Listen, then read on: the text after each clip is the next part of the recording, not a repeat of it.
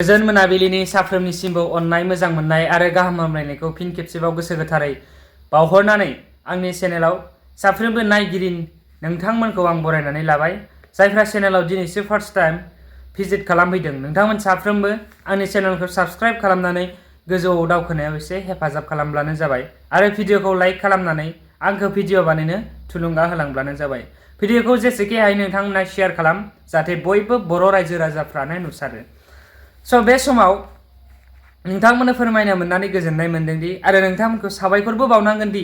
मानो होननानै बुङोब्लाथाय नोंथांमोना आंखौ अनसायदों आरो नोंथांमोननि अनसायनाय नोंथांमोननि सापर्ट आरो नोंथांमोननि मददजों आं दिनै 1K साबस्क्राइबार्स कमप्लिट खालामनो हाबाय। नाथाय वाट्स टाइमा दंबावो, वाट्स टाइमा गोबां नांबावगोन आंनो। स' मनिटाइजेसन जानो आंहा गोबां पलिसि कमप्लिट खालामबावनांगौ दङ। जायखिजाया साबस्क्राइबार खिनिया कमप्लिट जाबाय। थ' 1K साबस्क्राइबार खालामना होनायनि थाखाय जायफोर साबस्क्राइबार नोंथांमोननिसिम आंनि गोसो गोरबोनिफ्राय रोजा रोजा सिबिनाय, अननाय, खुलुमनाय आरो साबायखर बावहरनाय थाबाय। थ' जिखियानो जादोला फैदो आवगायनि बायदिनो आं लास्ट आपडेट लाबोलायबाय नोंथांमोननि सिगाङाव। स' नोंथांमोना बे आपडेटखौबो जोबजासिम नायलांगोन आरो जोबजासिम नायखांनायनि उनाव बे भिडिअनि सायाव मोजां मोनसे कमेन्ट हरगोन होननानै आं मिजिंथिबाय। थ' भिडिअखौ दहायनिफ्रायनो आं सानजौफुनिफ्रायनो बानायनो होननानै आं सानगासिनोखामोन। नाथाय आङो सानजौफुआवनो कमप्लिट जादों दै साबस्क्राइबार्सआ। बाट आङो बे समावनो आं भिडिअखौ बानायनो सानदोंमोन, नाथाय समनि आंखालाव आं बानायनो हायाखिसै। जेखियानो जादोला बे मोनाबिलि समावब्लाबो आं भिडिअखौ बानायबाय। स' आपल'ड होनो हागोन ना हाया दिनै आं बेखौ मिथिलिया। स' दिनै 30 नभेम्बर 2024। स' दिनै सनिबार आरो गाबोननो 1 डिसेम्बर जागायगोन। स' गाबोनबो आं भिडिअखौ बानायखागोन बानायनायालाय। थ' जिखियानो जादोला आपल'ड होनो हानाय हायिया दिनै आङो भिडिअखौ शुट खालामगासिनो दङ मोनाबिलि समनि 30 नभेम्बर खालाराव। स' बड'लेण्ड टेरिट'रियेल आर्मि रिक्रुटमेन्टखौ लानानै एक्स NDFB वेलफेयार एस'सिएशननि लोगो आफादगिरि बिनुवेल औवारिनि खेंफोरथि होनाय भिडिअखौ आं नोंथांमोननि सिगाङाव होनो होननानै लानानै फैबाय। थ' नोंथांमोना जायफ्रा नुवाखै भिडिअखौ जोबजासिम नाय आरो जोबजासिम नायखांनायनि उनाव मोजां कमेन्ट हरब्लानो जाबाय। अके। जेनेबा आं NDFB साप'ज दिनै आंहा बैसो गैला, खिन्थु आंहा आंनि गथ'फोर थानो हागौ बा आंनि असे फंबाय थानो हागौ। बिथांमोनखौ जोङो थारमाने जोंनि बे एक्स NDFB वेलफेयार एस'सिएशननि जानानै रिकमेन्डेसन होयोब्ला सरकारा बेखौ गनायनांगौ। ना दा टेरिट'रियेल आर्मिनि थाखाय बिनि क्वालिफिकेसन लिमिटआनो मेट्रिक पास जानांगोन।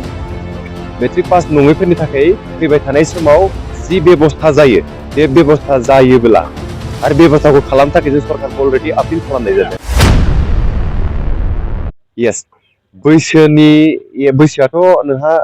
42 बोसोरानो खासै बेवहाय रिलेक्सेसनखौ प्लास खालामनानै।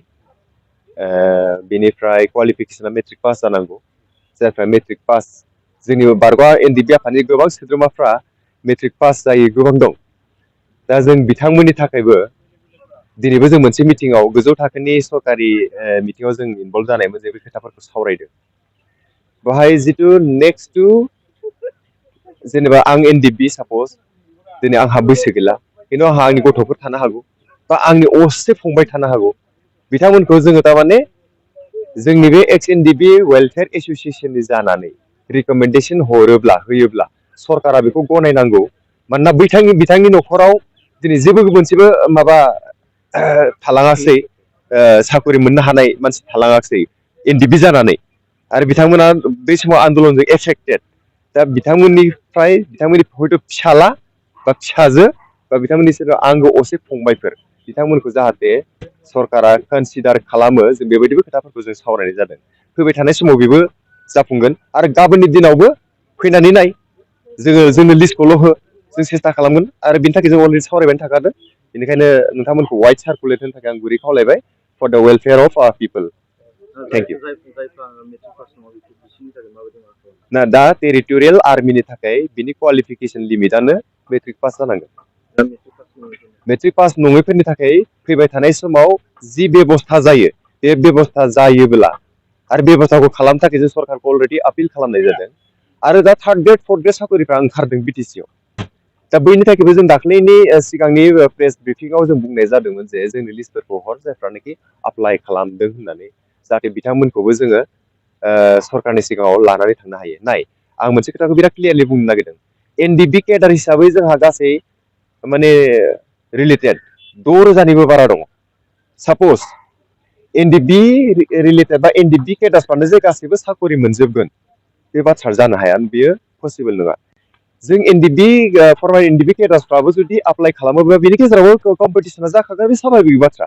बेनिखायनो सोरबा सासे सुबुङा लिस्ट हरबाय बा एनडिबि जानायखायनो साकरि मोनथारगोन बे बाथ्राया माने एसेबां गनायथाव नङा बियो साकरिया ओंखारनांगोनबो साकरिया क्रिएटबो जानांगोनबो बेनिखायनो जों सरकारखौ बुंनानै सावरायनायाव जेबायदि होदों आसाम पुलिसाव 2% रिजार्भेसन 2% माखासे एनडिबिफ्रा निसय मोनगोन गोबाङा बाहाय एप्लाइ खालामो बाहायबो कम्पिटिसन जागोन 2%खौल'सो लागोन ना बाथ्राया जाहैबाय थेवब्लाबो एनडिबि गावनि असे एनडिबियानो मोनगोन थिग बेबायदिनो बिटिआर सरकारनि आन्दारावबो बिटिसि सरकारनि आन्दारावबो जि साकरिफोर ओंखारगोन एनडिबिनि थाखाय माबा मोनसे रिजार्भेसनखौ जोङो मोननो हागोन फैबाय थानाय समाव जों बेखौ रायलायबाय थादों दा बे रिजार्भेसन फैयोब्लाबो बाहाय जे एनडिबि गासैबो मोनजोबगोन बे बाथ्रा नङा खिन्थु बेबायदि बुंनानै जे जों एप्लाइबो खालामनाङा बेबो खोथा नङा जों बेनिखायनो खावलायदों फै आरो एप्लाइ खालाम आरो बिनि थाखाय माबायदि जगार जानांगौ बेनि थाखाय जों प्रि रिक्रुटमेन्ट रेलिफोरखौ खालामनाय जादों आरो फैबाय थानाय समाव जेनेबा मेट्रिक पास नङै बिथांमोननिफोरबो थाखाय जुदि माबाफोर सुबिदाफ्रा फैयोब्ला जों उनावहाय काउन्सिलिंनि बेब'स्थाखौ जों खालामगोन एक्स एनडिबि वेलफेयार एस'सियेसननि जानानै बेखौ जोङो थांखि अलरेडि लाखानाय जादों थेंक इउ सार बिसय जोंनि बड'लेण्डनि मिडिया नोंथांमोननि गेजेरजों आं फर्मार एनडिबि मेम्बारसफोर सोद्रोमाफोर बिथांमोननो एबा रायजो राजा बिथांमोननो मोनसे खावलायनाय एबा फोरमायहरनाय बेखौ खालामनो थाखाय नोंथांमोननि सिगाङाव फैनाय जाबाय खोथाया जाहैबाय दा बर्थमान जिथु टेरिट'रियेल आर्मिखौ लानानै बर्थमान बिटिआरआव प्रि रिक्रुटमेन्ट रेलि सोलिगासिनो दङ दाख्लैनिफ्रायनो आरो मोनसे जिथु नटिफिकेसन ओंखारखादों हयथ' बे नटिफिकेसन नोंथांमोननि आखायाव दङ आरो गैयाब्ला आंनिफ्राय लानो हागोन दा बिदिनो मैया जानानै थांखांबाय गुबुन गुबुन जायगायाव जेरै उदालगुरि दाख्लैबो जानानै थांखांबाय जानांगौ आरो दिनैबो जाबाय गाबोन खिन्थु मुसलपुर एबा बाक्सा डिस्ट्रिक्टआव जानो गोनां दंबावो जिहेतु फर्मार एनडिबि केडार्सफोरनिफ्राय बेवहाय बाहागो लानायनि अनजिमाया जथेस्थ' दाहालागै खम जों नुनो मोनदों आं दाख्लैबो नोंथांमोननि गेजेरजों बा मिडियानि गेजेरजों फोरमायखांबाय जे बेवहाय बाहागो लानांगौ होननानै आरो जियानो जा गोबाङा मिथियाखैबो जानांगौ खिन्थु दुनाय आं दिनै नोंथांमोननि गेजेरजों आरो बेखौनो खावलायबावनो सानदों जोंनि बारग' एनडिबि आफादनि सोद्रोमा बिथांमोन एबा रिलेटेड जायफ्रानोखि आन्दलनाव गोबां एफेक्ट जानानै थाबाय बिथांमोन फेमिलिफोरनिफ्राय 42 बोसोरनि गाहायाव जायनाखि नेक्स्ट जानुवारिसिम 42 बोसोर बारा आरो बिथांमोना गासिबो बे टेरिट'रियेल आर्मिनि थाखाय बे प्रि रिक्रुटमेन्ट रेलियाव बाहागो लानांगौ बेवहाय जोंहा अरिजिनेल रिक्रुटमेन्ट रेलिया जागोन 22 तारिखनिफ्राय स्टार्ट क'क्राझाराव थ' बिनि सिगां सिगां जे गावखौ एसे थाग थियारि खालामनो थाखाय आरो माब्रै थाङोब्ला थिग जागोन जों बेफोरखौ एसे मोनथिनो थाखाय बारग' एनडिबि आफादनि सोद्रोमा बिथांमोनखौ लानानै जोङो मोनसे प्रि रिक्रुटमेन्ट रेलि खालामनो सरकारखौ नारसिननाय जादोंमोन बिदिनो नटिफिकेसन ओंखारबायखाय दायो जागासिनो दङ जेनेरेलिबो जादों बेवहाय गासिबो बाहागो लादों खिन्थु फर्मार एनडिबि मेम्बार्स बिथांमोननि थाखाय आरो स्पेसियेलि आं गाबोनखौ बाहागो लानो थाखाय आं गुरै खावलायबावबाय गाबोन 19 तारिख जोंहा उदालगुरिनिफ्राय सोरबाया थालांबायब्ला तामुलपुरनिफ्राय सोरबाया थालांबायब्ला इभेन बाक्सानिफ्रायबो जिहेतु गाबोन जाखागोन नोंथांमोना रेडि जायाखैब्ला गाबोननो रेडि जादो आरो बेवहाय जिथु जायगाखौ आं बुंना होखानोसै गाबोनो स्पर्ट्स कमप्लेक्स सालबारि बेवहाय 10ता बाजिनिफ्राय जागोन आरो मुसलपुर हाई स्कुल प्लेग्राउन्डआव जागोन गाबोननो नोंथांमोना गाबोन गासैबो बे जायगायाव फैनानै बे प्रि रिक्रुटमेन्ट रेलियाव बाहागो लाफै बा अनेक खोथाखौ फोरमायनाय जागोन अनेक खोथाखौ थारमाने माबायदि रेडि जानांगौ बेखौ फोरोंनाय जागोन सरकारि तरफनिफ्राय बा जायफ्रानोखि एक्सपार्ट बे लेभेलाव बेनिखायनो आं नोंथांमोननि गेजेरजों बेखौ खावलायनाय जाबाय नैथियाव जोंनि क'क्राझार डिस्ट्रिक्ट आरो चिरां डिस्ट्रिक्टनि थाखाय 20 तारिखआव आरो आं खावलायबावनो सानदों 20 तारिखआवबो जों प्रि रिक्रुटमेन्ट रेलि होनो सानदों जोंहा थांनाय जिथु आसाम पुलिसनि 2% रिजार्भेसनाव गोबाङा बाहागो लादों आं गोजोननाय मोनदों माखासे अनजिमाफ्रा जोंनियाव फैबाय आरो जायफ्रा माने जोंनिसिम जेबो लिस्ट हराखै उनावहाय हरबावगोन दा स्पेसियेलि जिथु टेरिटरियेल आर्मिनि सायावहाय जायफ्रानोखि 42 बोसोर जाहांहां बैसो दंबावो जोंनि बारग' आफादनि सोद्रोमा नोंथांमोना चिरां आरो क'क्राझार जों 20 तारिख खालि खालामनो नागिरदों 20 तारिखआवनो जोङो चिरांनि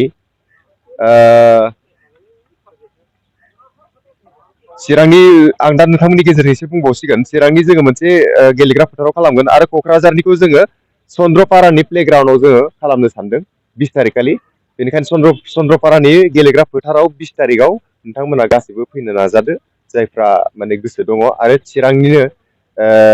जोंहा काजलगावनि मोनसे गेलेग्रा फोथार दङ बे काजलगावआव गेलेग्रा फोथाराव नोंथांमोनखौ जों फैनो थाखाय गुरै खावलायबाय बाखि जेसेबाङा बेवहाय प्रि रिक्रुटमेन्ट रेलियाव बाहागो लागोन आरो फैबाय थानाय जिथु 22 तारिखआव स्टार्ट जानो गोनां दं 22, 23, 24, 25 बै तारिखआव नोंथांमोना अरिजिनेल रिक्रुटमेन्ट रेलियावहाय बाहागो लाफैगोन आरो गासैनिबो लिस्टखौ जाहाथे एक्स एनडिएफबि वेलफेयार एस'सियेसननो जाहाथे नोंथांमोना साबमिट खालामगोन आं बेखौनो गुरै खावलायबाय